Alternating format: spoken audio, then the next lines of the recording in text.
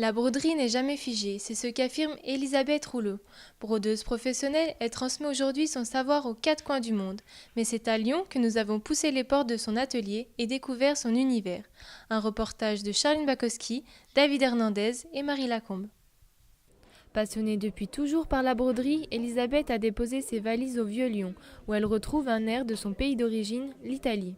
C'est seulement suite à un gros problème de santé qu'elle a décidé de se lancer dans l'aventure.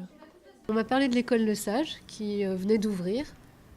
Donc je les ai contactés et c'est vrai que quand j'ai ouvert la porte, je me suis dit que c'était là où j'avais envie d'être.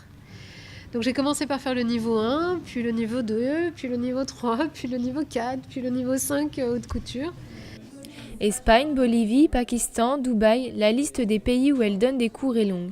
Des personnes de tout horizon viennent également acquérir ces techniques dans son petit atelier lyonnais. Entonces, los dos de aquí, uno y dos, no, los dos de aquí, ya basta.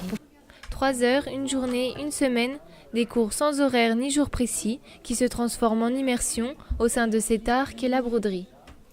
Essaie de nous amener tout doucement à la broderie, essaie de nous amener à sortir ce qu'il y a en nous. Parce que la broderie, c'est bien beau, mais je suis arrivée, j'étais un petit peu gauche.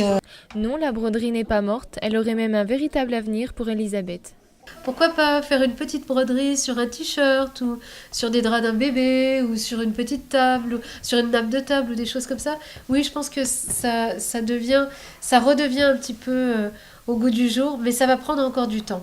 Une aventure humaine et enrichissante qui n'est donc pas prête de se terminer.